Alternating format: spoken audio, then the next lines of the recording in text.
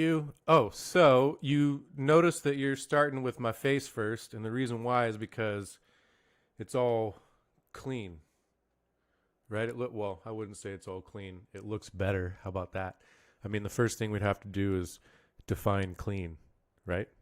Because you might define it different than me, and this might not look clean to you. It feels clean though, because I don't have any hair on my ears. And if you don't know exactly why my haircut is relevant, you might go back on my previous videos and take a look at my hair. And what's really cool about this thing that is happening is that this is streaming through 5 different channels. You can be on Twitch, you can be on Twitter, you can be on Instagram, you can be on YouTube or Facebook, and you will find the Wesley James Show and the ridiculousness that that I'm going to talk here. I call it ridiculousness because no matter what, people can perceive things differently. So, and that's what I hope to do here. I hope to bring people together and share information that's relevant.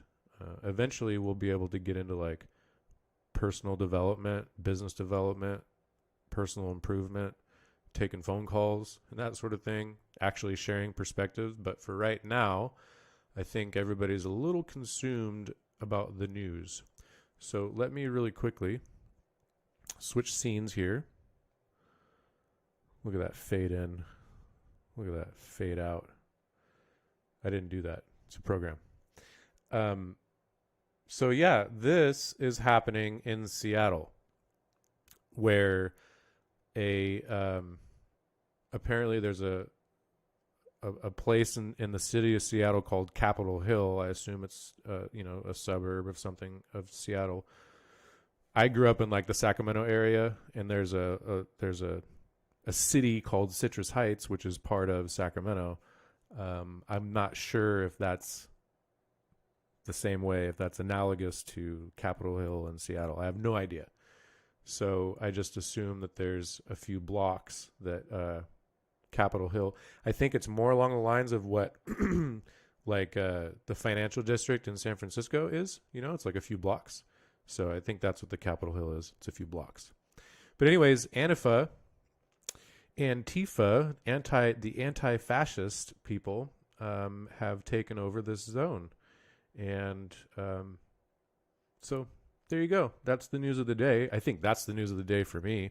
The last video, we talked about how regime change happens. Just a little bit about it. I didn't dive too deeply into it. What I did do, though, is reference this book. Instagram, I don't know if you saw that last time, but I'll show this here for everybody else. We got to adjust the Instagram camera here. There it goes. Once again, I'll show you this book. It's called Surprise, Kill, Vanish, Instagram. And everybody else, it's called Surprise, Kill, Vanish. And this is a book that's detailed by Annie Jacobson. It's about the history of regime change in the world, how we led it from American military perspective, and it gives us great insight into what the American government declaring Antifa as a terrorist organization might mean as far as like future implications for America. So we have Antifa taking over a few city blocks in Seattle. They've declared it a no cop zone. So we'll back out of this picture here. I'm going to scroll down a little bit, and we'll click into this. So yeah, you can see here it says cop-free zone. Is that, maybe this isn't focused right for Instagram. I don't know if Instagram can see that or not. Sorry, Instagram, if you guys are lacking over there on the visuals.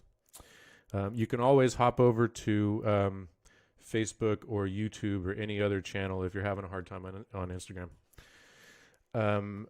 So here, check it out. Cop-free zones everywhere.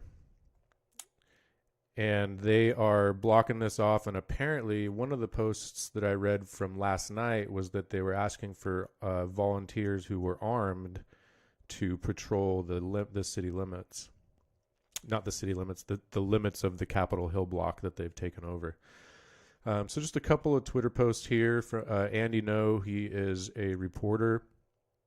He actually started out as like a liberal reporter, but because of how progressive everything has moved so quickly, he actually looks to be more of on the right. So take that as you will, but concerned about some specific people here in Seattle. If you're interested in this, though, you definitely could jump over to any of your social media platforms and type in Seattle. So, but this abolish police movement has taken up a big wave of movement in a few city blocks of Seattle. So says the Daily Telegraph.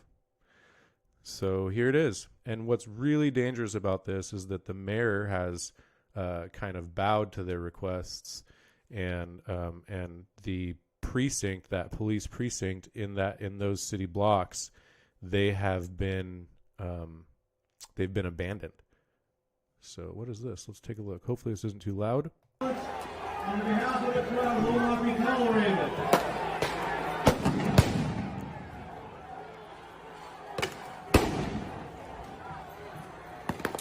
So there you go. If you're interested in seeing more, you can find more. Go out to the Daily Telegraph.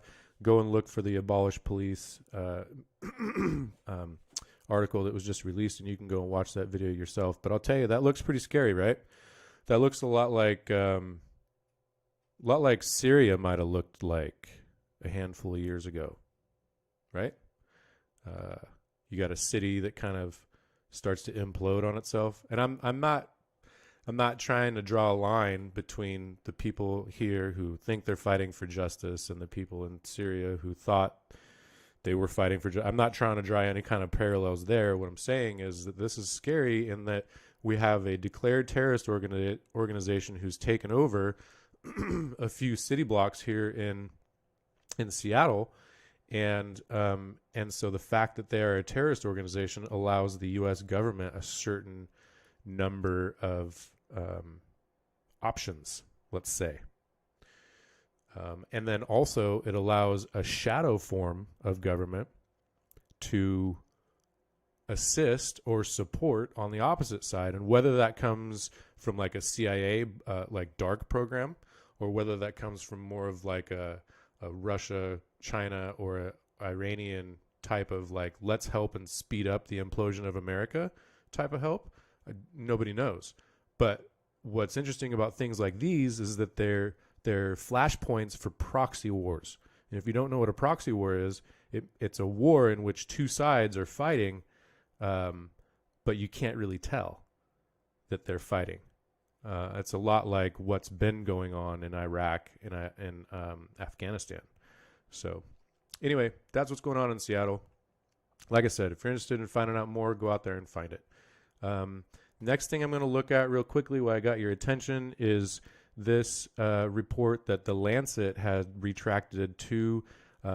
This one references this hydrochloroquine study, but there's actually two studies that have been retracted that said that there was, let's see right here, the online medical journal, The Lancet, has apologized to readers after retracting a study that said the anti-malarial drug hydrochloroquine did not help curb COVID-19 and might cause death in patients.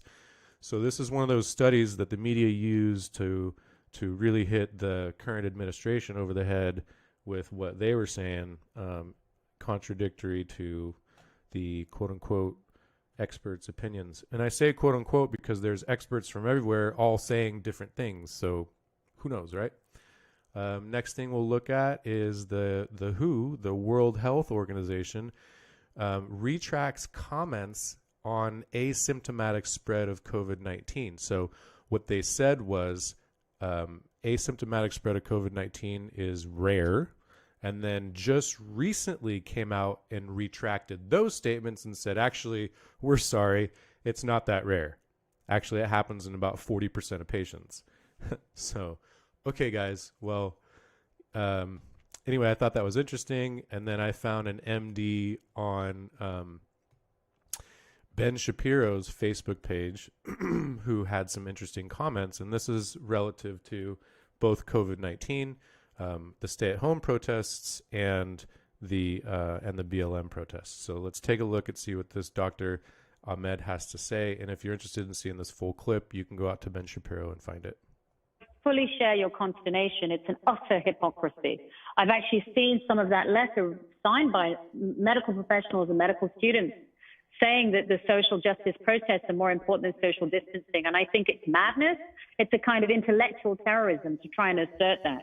Much more profoundly worrying, even than the very likely second surge that we are now going to see, is the level of mistrust this engenders in public health officials and even health authorities. Who can even believe today's controversial announcement by the WHO that now they think, well, you're asymptomatic, but maybe you don't transmit as much as we thought. And I understand science is developing all the time and we're learning new things, is just another blow to trust. The same thing with face masks. It's so upsetting as a clinician. We're functioning under severe restrictions. We're restricting the number of patients we can see. We have to wear the full paraphernalia, which I think does keep me safe and keep my patients safe. But there is no basis for saying a mass gathering in a funeral is a health risk. A mass gathering in a Black Lives Matter protest is a public health benefit. Okay, so there you go. Like I said, if you're interested in finding that full clip, you can. What I did is I typed into the search bar Ben Shapiro, Dr. Ahmed, and this popped up. You can find it. I'm sure you can find it on the Daily Wire. Yeah, so that's an interesting perspective from an MD. I definitely do not credit the protests. I think the protests are helpful. We've already seen some change come about because of it. We have some legislation happening. There's a lot of people that are brainstorming on how we can make society better. We also have an extremist arm of the country that thinks that this is the time to take over society and change the fundamentals of it. So, and I'm not sure where you stand. I think that there's a clear difference between protesters and looters and people that damage private property. But I'm actually on both sides. So, and then when it came to COVID-19, I was also on both sides then. I supported the people that left their houses without masks, and I supported the people that stayed home and wore masks as they left their homes to go do whatever they had to do. I support you all, speak up when it's time to speak up. Right now is a great time to. And, I halfway support these people for taking over part of their city. I know there's a lot of people out there that might not agree with me, but I don't fully support them. I don't 100% say, yeah, take over your city. But I'm like, well, apparently there's a big group of people that feel strongly enough. My question is, does the community support this? If the community supports it, the community, the people, the businesses that reside and do business within those city blocks, if they support this type of movement, I'm more inclined to support it. Okay? But if they don't, then I'm more inclined to not support it and to be very against it. So that's kind of where I'm at. As far as this specific thing is concerned. As far as your opinions are concerned, and as long as you're not, physically asserting them on somebody else and they're not overtly hateful and racist, then I support your right to do and say it. And actually, I support freedom of speech for everybody. I guess there's no, we go down the rabbit hole and I can continue to go over myself and be like, but in this instance, I agree that this, and in that instance, I don't agree with that. But in a general sense, if it's not affecting the community, by all means, we need to hear voices right now. And right now it's an interesting time to be alive. So speak up. If you enjoyed seeing my commentary on this video, please consider sharing it wherever you found it. Also consider jumping over to a channel of your choosing. Like I said, it can be found on Facebook, Instagram, YouTube, Twitch, and Twitter. I'm not good at each individual channel yet. I'm just trying to get good at the commentary. I'm trying to lay a foundation of work for people to stumble upon. And then I'll worry about your specific channel and where you found it. That being said, I hope y'all have a good evening. Enjoy the news cycle because it's never ending. And we will talk next time. See ya.